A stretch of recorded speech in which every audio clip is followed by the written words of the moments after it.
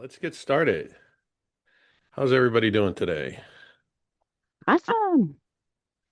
So, we're going to talk about, as I get my notes up, we're going to talk about automations. And, we have the funnel godmother, the queen of automations on here, Rita, with us. So, we're going to talk about stuff. And we're not going to get deep into exactly how to make the automations. We can get that. We do that. We have a go high level meeting that we talk about that all the time. And, we can get into the back end of it. We want to make you aware of the top 10 automations we picked that no matter what program or platform or anything you're using, you can use with that. So we'll go through them and then we'll open it up for some questions and answers and see from there. Let me expand my page a little bit more.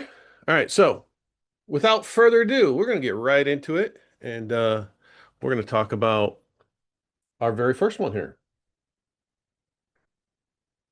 Very first one we're going to talk about is my favorite, and this is a game changer for me. This was missed call text backs. And if you don't have a program that doesn't have missed call text back, this is such a simple one. Now, again, we're a premier go high level dealer, so we use this and it's built in. But there's lots of other programs that have stuff like this. And, just to talk about this a little bit. So what exactly is this? If you are out and we do this a lot for our service industry people. If you have especially a home service, you're doing plumbing, HVAC, garage doors, you name it, anything like that, and you're in the middle of work and stuff, especially if you're a solopreneur or a small team and you can't answer the phone, they have something that's broke, they're going to call the next person. Well, what this does is a missed call text back, and ours works with a smart number. You know, um, it's going to call them back or text them back when they called and either left a voicemail or they hung up. It's a really great thing. Now we have an app on our program where you can instantly just pick it up. You get down off the ladder, you're doing whatever, you're done digging the ditch, and you can then pick up the call and answer it. All right. So as soon as and they have delays, you can give it 5 minutes, you can give it 30 seconds, however you want. And it just gives you, ours, and you could call our number at any time. It's 888-840-5665. Call and hang up, and you will get a text back that says, hey, this is the Web Mavericks. We've missed your calls or anything we can help you with. This keeps you still in front of the customers. Um, Let me admit one more person. Uh, so that's our very favorite. This is probably one of the easiest, and basically how it works is they call, they either go to voicemail or they hang up, and instantly our smart text number sends them that message. But in this automation, it logs it into, we have an all-in-one communication center. I think most CRMs and stuff have that now. If they don't, then you need to upgrade to one that does. So I can see all the logs in there. If we run ads, we do anything. Anytime someone calls, they're going to get this text back, and we're going to see that. So even if somebody called in the middle of the night and I didn't see it, I could see it in the morning. Now we use an AI chatbot to talk to them if they want to continue the conversation after there. So it logs the call, it creates an opportunity, notifies us, and we can instantly continue the text message. So that's number one of our easiest ones. Going on to number two. Our instant click to callback. I love this thing. This has shocked so many people. We use it in at the Web Mavericks here, and I'm surprised more people don't use this. Um, but we have a little button that'll take you to a screen that says request a callback. I'll even here. I could show you our exact one. I had it up before. This is what ours looks like on the Web Mavericks. You fill this out, all right? Now, what's really neat about this is once they fill it out, now instead of someone just calling and hang up, unlike the missed call text back, we have their information. So we at least have their name, their phone number. I try to get them to put their email in. Now, on our form, the only thing required is their name and phone number. The other ones are optional, but it's nice to know because now if somebody wanted to call from you and you're busy, you're out of town, you're on vacation, you're on a date, you're jury duty, who knows? We can collect information. And that's one of the biggest things that automation helps with is collecting automation. Um, so it's a little website button. Ours says click to request a callback, right? Takes them to the form. Now let me walk you through how ours works. There's a lot of different ones out there. So ours is pretty neat. So once they fill that out, it instantly sends me a text to let me know about it. And then our automation calls my phone or calls one of the team members' phones instantly, calls them and says, hey, you have a call request, press any key to connect now. And what it'll do, they had entered their phone number. I press a key and it immediately dials them back.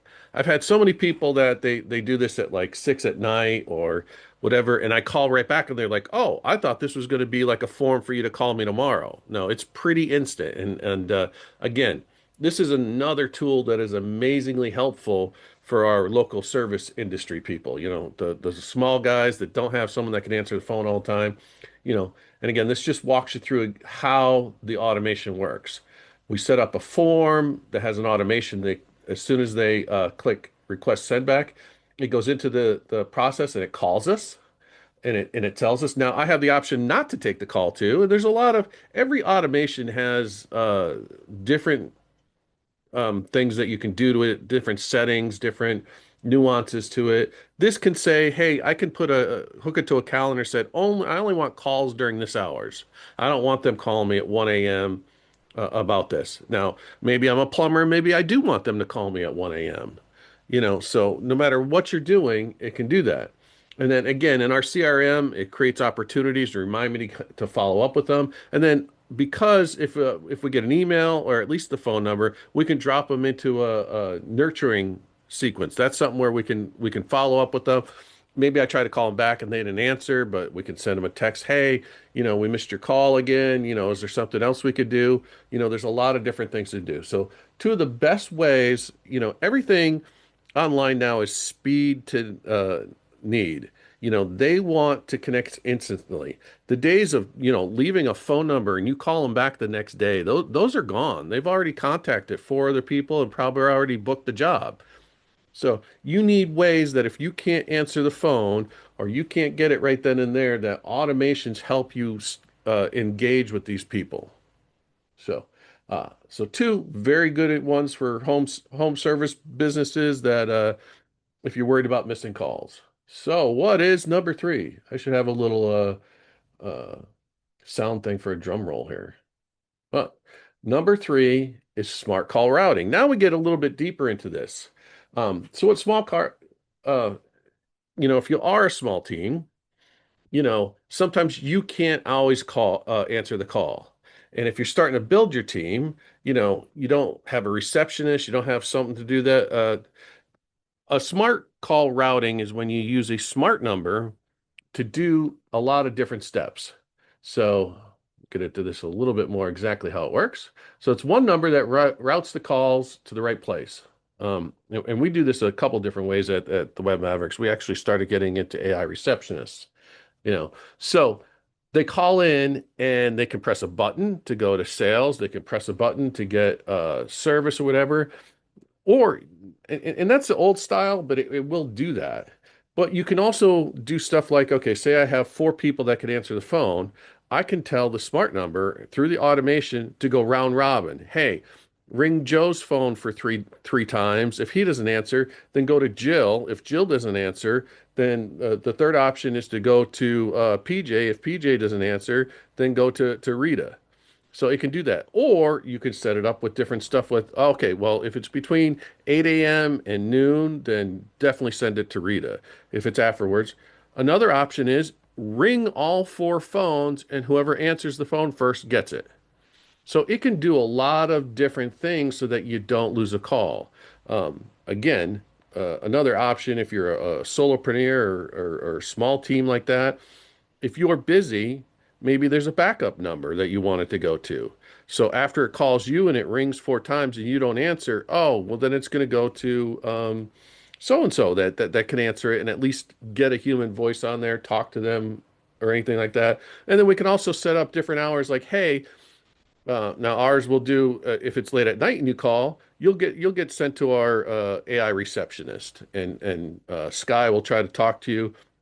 Sky's getting an upgrade this whole week with a whole new set of instructions and everything. She's going to become really good. If you were around for the last week, if you watch the replay, you'll get a hint of how that works. And we interrupted her. We did all kinds of stuff on this new version that was just wild what they could do. So that's number three is our smart call routing. Number four, big number four, lead speed to lead follow up. So you don't have a whole sales team. You're a small person, and this is what automation is the best for.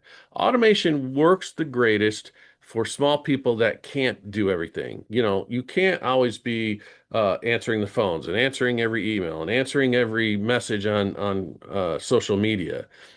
Automations are there to help. They're meant to save you time.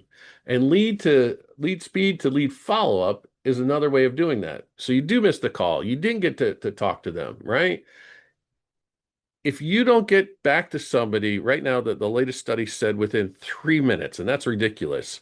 They're already onto like the next couple of people. People just don't wait around for you to get back to them. They want to be acknowledged, they want to be talked to. So once we get a call, we can send them into a nurturing system. We could do lots of stuff. We can use automated messages to help them book. We can send them to a page to with a calendar to help book for stuff. And let's go break down how that works. So they submit a form or something like that, and if you're not by your computer or it's not coming to your phone, we can set up automations. You can set up automations. Any program can do this. They get a response like a simple text that says, "Hey, we got your form. Somebody's going to look into it. We'll get back to you." Maybe it's something where it requires you to look up some stuff and you can't do that instantly. The automations can help put you in touch with them so that it can say, "Hey, we're working on this within the next couple hours, within the next couple days."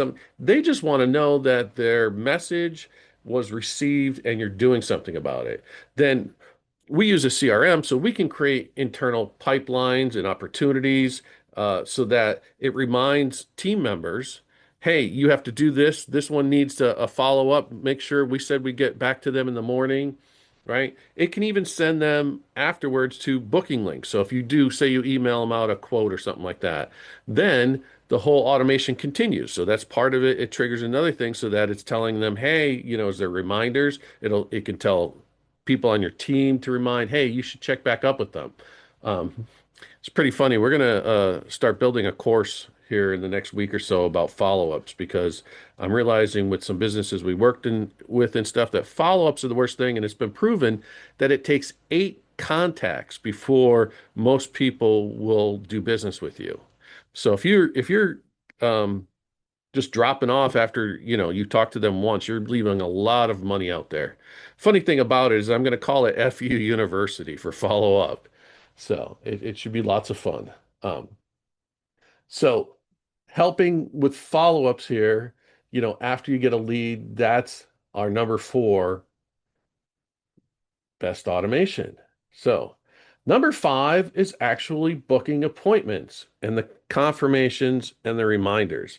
So we have a lot of stuff on our website where you can set a time to have a meeting with me, a meeting with my sales team, meeting with support. You can get um, an online report about that. And then it triggers a whole bunch of stuff that reminder. If anybody's ever booked a call with me, you'll know that you'll get a text about a half an hour before this to remind you about it. You'll get an email a day before reminding you of our appointment.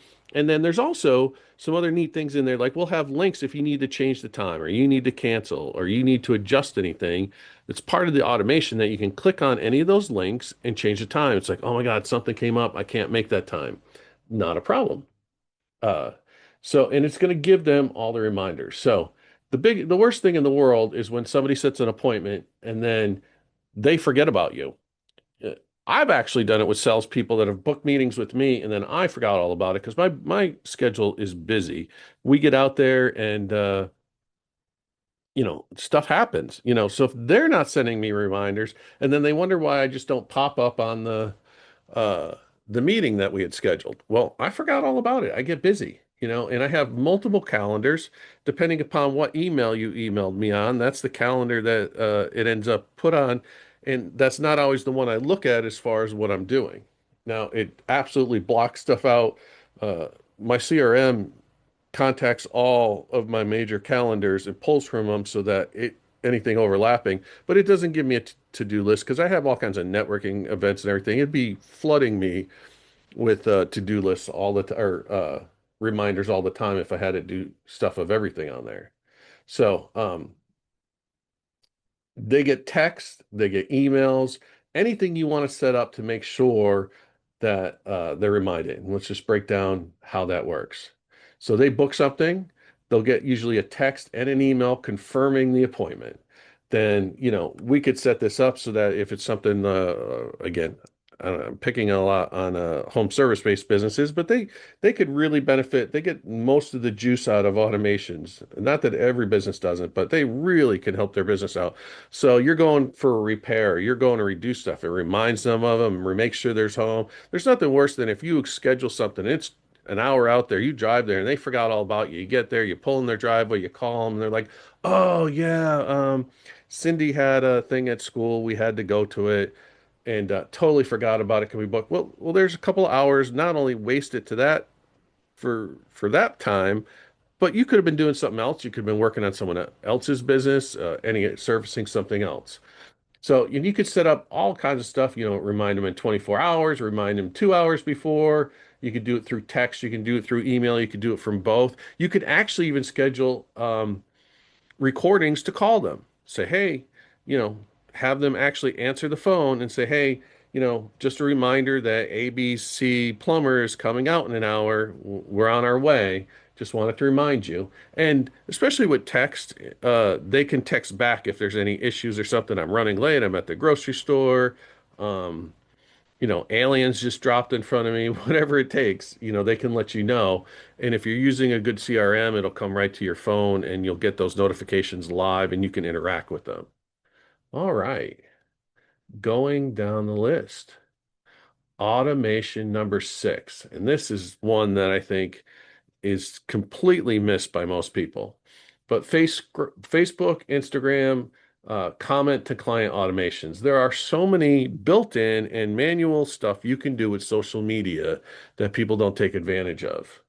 And I'm sure everybody's seen that post somewhere. Hey, here's, top 10 list to increase your business in 1,000 times in 2 seconds, just um, DM money to me. That's what these automations are. Uh, they text something or anything like that, but there's nothing worse like I have DMs all the time with business people and I like to respond back to them. But if I can't, an automation can automatically be set up. But you can also do things like you can automate Facebook and everything to just give them an automated message if they like a post of yours. You can automate it if they comment at all. Just, it sends them a DM and says, "Hey, that's great. Have you checked out our website? Would you like to book an appointment?" All kinds of stuff like that. But the automations are so much quicker, and especially I have something, I think it's something like 5,000 followers. And, if I get messages all the time, and I get messages a whole bunch of places that aren't even people that follow me. If I had to type out every one, I'd be on my phone all day. So using these automations to get back to people is a great thing. But the lead aspect of it is what I think most people are missing out on. You want to get people's information. The best thing to do is have your own list of people you can contact.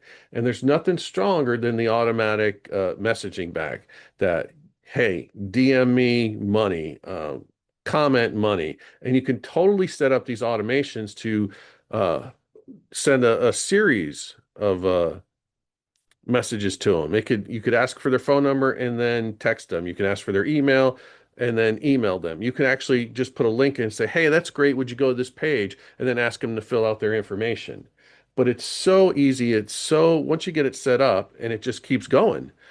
I see all the gurus on there talk about, "Hey, I've got, 10,000 leads without ever running an ad." Well, this is the main technique that I've all seen them doing when you get into it, because I like to break down other people's little offers of what they're trying to do. But the biggest thing is doing this, and we'll get into our all of my all of our automations we're talking about have three slides here, and the last one is, how does it work? So it's a social post, and there's some kind of trigger. There's a word they like, something like that, and then once that word, and you can set it up for one word, multiple words, anything like that, multiple posts, it triggers an automation to send them something. Usually through, if it's social media, it's going to DM first because we don't have any information. But if you want to get outside there, one of the first or second automations to them will be to ask them, "Hey, give me a good email and I'll send this to you." Or here's the link, go to this page where we're going to ask them to fill out their contact information you know and then there's multiple paths that they can take. You can actually ask them to different questions, and would you like this or this? They can comment something else and it could take them down another path of what information they get. One of the most powerful underused automations on social media, definitely. Moving on to lucky number 7, estimates and quotes follow-ups. And this goes back to that 8 touches that I was talking about. And no offense, I'm guilty of it too. And looking at this and I'm like, that's probably one of my shortcomings. I need to build a better follow-up system so that we're asking people. I'm pretty good at asking a couple times, but then, I'm not pushy. I'm not a salesperson. I like to stand by what I do, and maybe that's good, maybe it isn't. But, if I'm chicken or something, of following up, well, we can build a follow-up quote. There's nothing worse than, you send them something and then it's just ghost, nothing else. Hope they're gonna contact you. And that's, I've been guilty about that. And it's very simple stuff that could just remind them, just touch base every so much day. I'm always surprised when I get back to someone, if I haven't heard from them in a week and I get back and they're like, "Oh yeah, I really want to do that. I forgot all about it." I'm like, "Okay, let's get you started." And that simple follow-up can get them going. Um, Sometimes, if you quote them certain things, uh, you have different services. You might have a follow-up then a couple of days. "Hey, I just wanted to talk to you about this one part. I just want to give you this little piece of information." It just sends them a text, an email, whatever, but it keeps you top of mind. And that's the biggest thing with follow-up is, we talk all the time about how people want to do business with people they know, like, and trust. Well, trusting comes if they don't know you after so many interactions. So the more interactions, the more helpful stuff you can give them, the better it's going to be. So uh, after you send them an estimate or a quote, an easy text, just touching base, just make sure you got the quote. Is there any questions you have? Give them options to do stuff. Yes, no, then you can jump in the conversation or not. Then a couple days later, we call what's called a nudge, something else like that. And this is kind of just a loop here. We nudge them along. If we don't hear anything back, well, a couple days later, we'll give them a different kind of nudge. And we kind of do this. I've actually had people as long as a year later do business with me because after a follow-up, we'll drop them into a nurturing sequence, which I'll talk about in a second. But these are most of the things that we're going over here are pretty primitive, simple automations, but they'll just make your life better. You don't have to keep calling people back. And it's not that you shouldn't, but if you forget or you don't get there or you get busy or you get sick or again, those aliens came back again, this gives you a system that's keeping in touch with them. So, automation number 8. This one is really cool. This is a review request and a review shield. And we've started implementing this on all our new clients. Now, I've always been a proponent of automated reviews. Anybody that you're doing business with, within a couple days, you should be asking them for a review. After you complete a service, you should be asking them for a review. And there's a whole, I could do a whole day on just reviews, how to do them. There's QR codes, there's automated stuff, there's all kinds of different stuff. But what we're talking about here, first, if you don't ask for reviews and you don't get a lot of reviews, Google doesn't think you're a legit business. And one of the first things, especially with new businesses, we have to get them a couple of reviews because we do a lot of Google ads. And Google doesn't even consider them a business until they have a couple ads. It just doesn't. So, it's like you're a ghost business without your reviews. And the first thing is to get an automated system so that automatically, after you do a certain step in the business, it sends them out. Now, you could even do this manually. I know in our CRM, we have a review and reputation part. It's set up for Facebook and Google primarily, but it hooks up to another 50 like Angie's List and I think it's just Angie now and Yellow Pages and Yelp and uh, DoorDash, anything you could do, it can hook to that automatically to ask for reviews for it. But this review shield is something that we're implementing in now. So what it is an automation so that the job gets complete, or you do that, you send them uh, a message for feedback.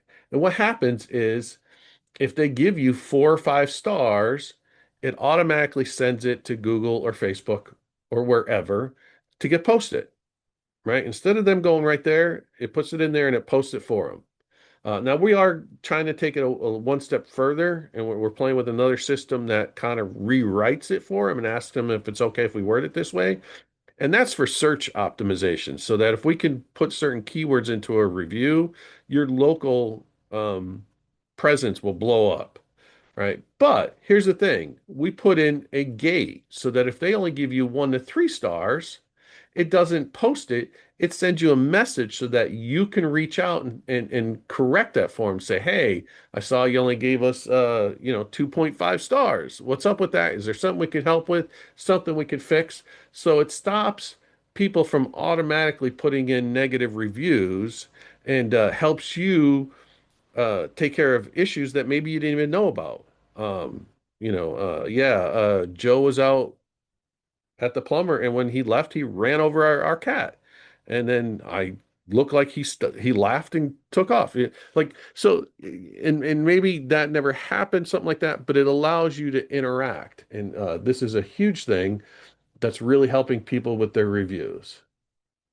Ooh, almost through the list.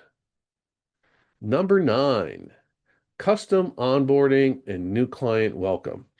And this is something that I think a lot of businesses don't think. Now, with the Web Mavericks, we do websites and we do online marketing through social media and paid ads and search and all that.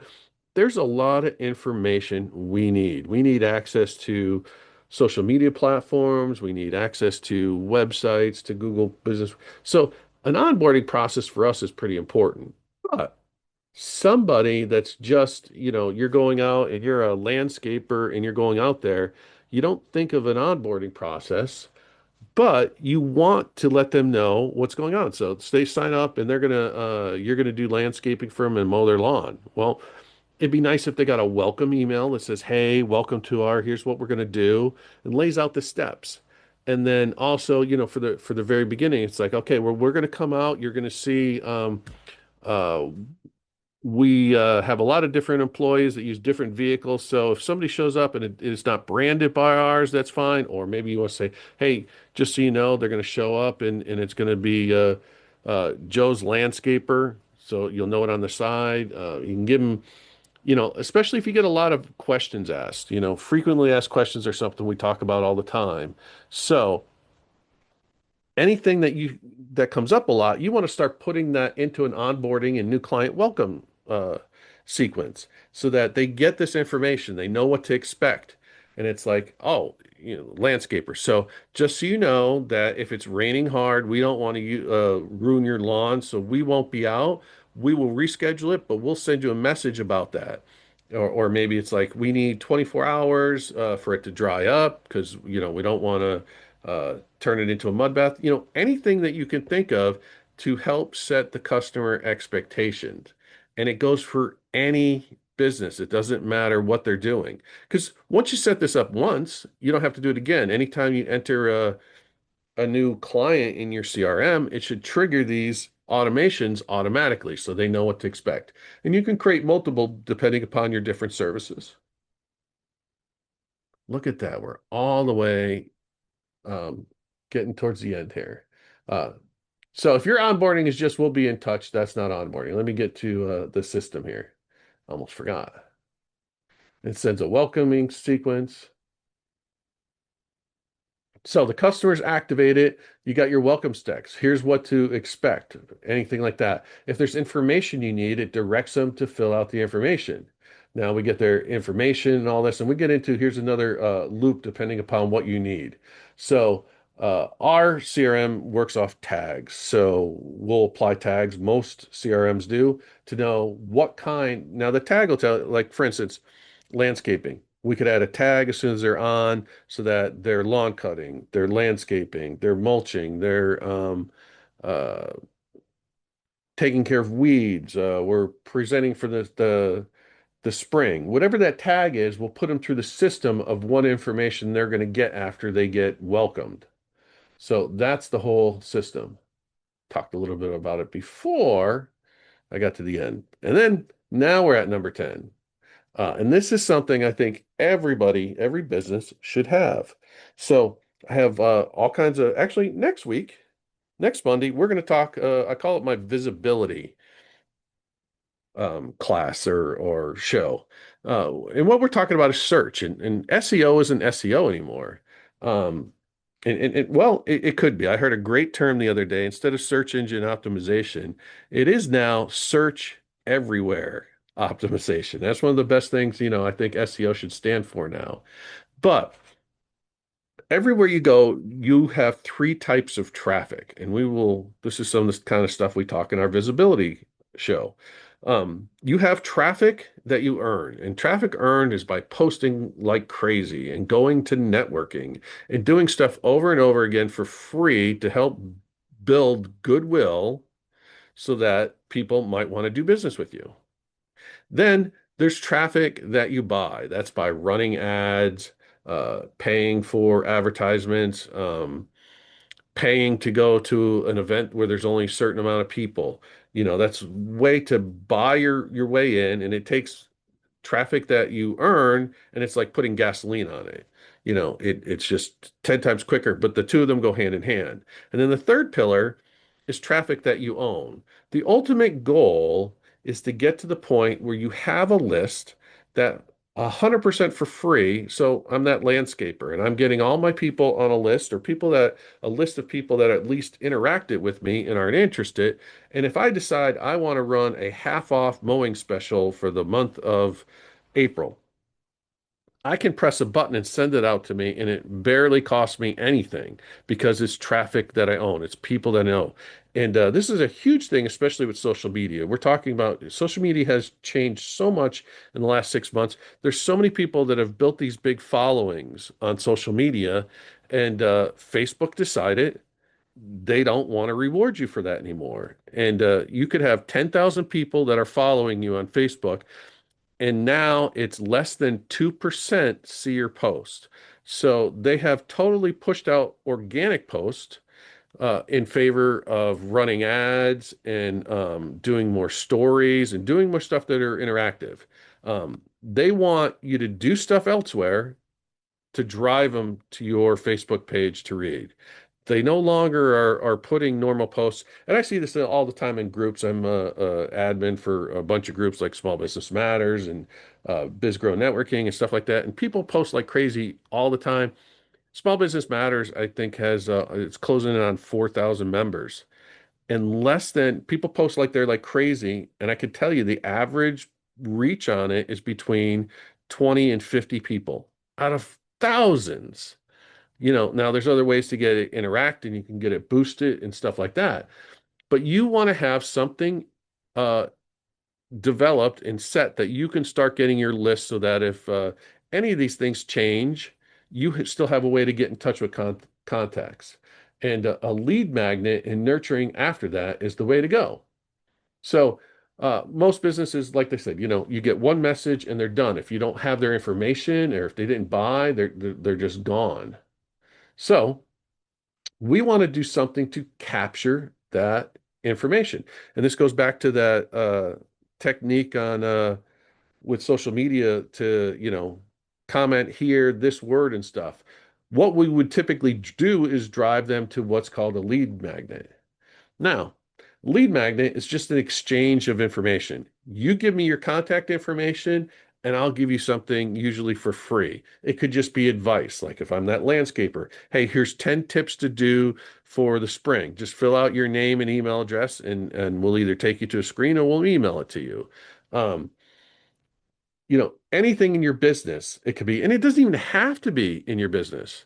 It could be, you could do something about the area. You could do something about, any helpful tip, but usually it's best to work within your industry. But you're going to exchange information or an ebook. You could, I've seen people go as far as like, hey, our spring fling mugs are out. Go fill out this information and we'll send you a free mug. It's advertising. So whatever's going to happen, you're going to contact get their information, and that triggers, uh, whatever they download or whatever. We have their information. We're going to set them up into another what we call nurturing sequence, and this is where we're going to talk more about that. So what a nurturing sequence is that anytime someone comes into your environment and they're just a contact, they haven't bought anything yet. We want to constantly be feeding them information. Now, I'm going to preference the word constantly because it depends upon your customers. Some people in some industries are good that you can give them information daily. I'm more on a weekly basis is what I like, especially for emailing. Google likes to see something emailed weekly, but most people don't want to get a daily email from you. That's usually a turnoff. Again, it depends upon your industry. There are some things like if I'm talking stocks and stuff, you don't want an email from me weekly. You want a email from me a couple times a day, maybe about what's hot or what's going on. Or if I had a business that it's like daily deals that you can find on meals or something, that would be daily. But for an average business, a weekly is a very good pace. What it's doing is it's keeping you top of mind. So even if they're not doing business with you now, you're giving them helpful information on a regular basis. And this is what nurturing is. Little advice. Like this isn't salesy, it's not pitchy, it's not promotional. Now you can always have a link at the bottom or something. Hey, if you want to check this stuff out, or you can give them a whole bunch of information and you could put a little blurb at the bottom and say, oh, by the way, just so you know, for the month of March, we're running a 10% special off on this. No pressure, just letting you know. But you keep them aware of you and you keep them in your environment. And that's what a nurturing sequence is. So a lead magnet takes them to a page, you get their information in exchange for something else, and then we put them into this ongoing system so that we're always giving them something helpful and something going on so that when they do need us, or we do want to reach out and try to run a sale or something, they're familiar with us. It's building trust. So, and that is our top 10 ways, our top waste stopping automations. So let me take this off. All right. Um, any questions about any of that? Open it up. Anybody that wants to add or do anything? Uh, Well, I find the timing incredible for you teaching this because just yesterday or 2 days ago, uh, I'm out of town, I'm out of state. A dear friend is suddenly in the hospital and had to get into their apartment to handle a couple things, and the keys were inside the apartment. So I had to hire a locksmith. So Hmm. I just Googled, and the first two were sponsored. I called the first one. They didn't answer. Immediately called the second one. Before the first one could even call me back, I had hired the second one. So, perfect example of that number one automation that you Hmm. talked about, that if they had texted me back, I would have been in a texting conversation with them and I wouldn't have called the second one as quickly. But literally, by the time you can call someone back, if you don't have any automation, not only have they called more people, they've probably hired someone and now they're moving on with their day, doing their next task. Completely forgot about you. Yeah. And Nick's on here. He says he asked 3 times and then typically I don't ask. I'm in that same boat, Nick. I do that. I don't like to ask a whole bunch, but there's a soft way to do it by building an automation that they just get some little reminders. That might be the difference. And for those of us that don't like to ask a bunch of times, a simple follow-up email or something. Hey, just we haven't talked or something like that. Just want to make sure you're doing, see if you have any questions. Yeah, well, after the snow and the weather we had at the first of the month, I followed up with quite a few customers that I pretty much followed up 3 weeks in a row. And then after the 3 weeks, I was, didn't want to get pushy. But, I followed up those 3 weeks and then I followed back up with them. And I have three of those customers that are now moving forward with stuff. Well, there you go. But the automation stuff would be a lot handier. Yeah, well, I Uh, Yeah. mean, you're one of those guys that you're a small team, and it's like, you can't it's sit there on the me. phone all the time. Most of us don't have the time to follow up 8 times. So, you Well, think and about here's something automation. else. Go ahead. Yeah, something else about the automation. There are days when you feel on top of the world, you're ready to go, hit it and just like hit those phone calls and your energy is up and you're chipper. And there are days when you don't feel like it or you feel shy or you like someone was saying they don't want to bother people. The automation doesn't feel that way. It just goes ahead and touches that base very gently, and just a little reminder that we're still here to serve you when you're ready. And Mhm. it doesn't have those feelings of doubt or that kind of thing. Yeah. Any other questions about some of the automations? Is this some of the things that you guys think that would be helpful for you? Definitely. Okay. Any other questions? Well, I think there's something important that I think you touched on, but really Okay. feel like I want to reiterate Sure. is throughout some of these automated sequences, you can offer them to make an appointment. And when you have lead magnets in place and you have these automations in place, all of a sudden, you're just going to have appointments popping up on your calendar at your convenience. You Hmm. establish the times that you're open, and so they don't just pop anywhere. They pop Hmm. exactly where you put them. But you're going to get more leads in your database, more appointments on your calendar, and that makes more money in your bank account. We like money. And it's just a way to help you be more efficient. It doesn't replace you. It expands your reach and it multiplies your ability to serve your client. Well, yeah, well, especially you and me, Rita, we can get deep into this a lot. Uh, but, just to let you know about calendars and stuff. I mean, we could do a whole thing on calendar automations, but like I have multiple calendars built out. Now I've got a calendar, I actually have a one-to-one calendar if somebody wants to meet me in person that blocks out a couple hours. I have stuff that's a sales call that's half an hour. I have stuff that's onboarding that's an hour.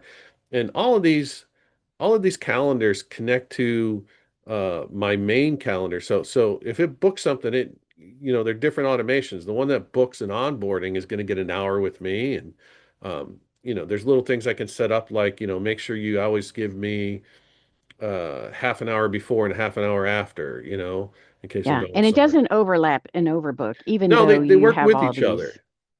And I know, there's certain things like onboardings. I don't do them every day of the week. They're like I think Tuesday, Wednesdays, and Thursdays. I don't do sales calls on Friday because there's just usually a lot of cleaning up to do. Um, so you can do all that. Uh, yeah, no problem, Scott. We'll be in touch. So that's our automation. If you want to get deeper into that, there's two things we could do. We do run, if you go to BizGrow Networking, you can join our school group that gets deeper into how to use Go High Level. We have a school group for $39 that includes like full uh, all the tools you can get with Go High Level. And then every other week on Fridays, and it's coming up this Friday, at 1 o'clock, we do a half an hour. We answer questions about Go High Level and how to use stuff. And actually, last week, last time, everybody asked about automations, and Rita's my expert on automations. I do a lot of them, but not as much as she does. She's really deep on that. So if you want the step by steps on how to build something like that, she's your person, and she could do that. And that'll be this Friday at 1 to 1:30. You can come to the same exact channel, thewebmavericks.com/live. So if we don't have any other questions, I will let everybody get back to their day. So, all right. No problem. Enjoyed seeing everybody, and we will see you next Monday at 2 o'clock. We're going to go over visibility, and it's just it's crazy what's going on out on there and how AI searches, and we're going to give you a lot of great information next week too. All right, we'll see y'all soon.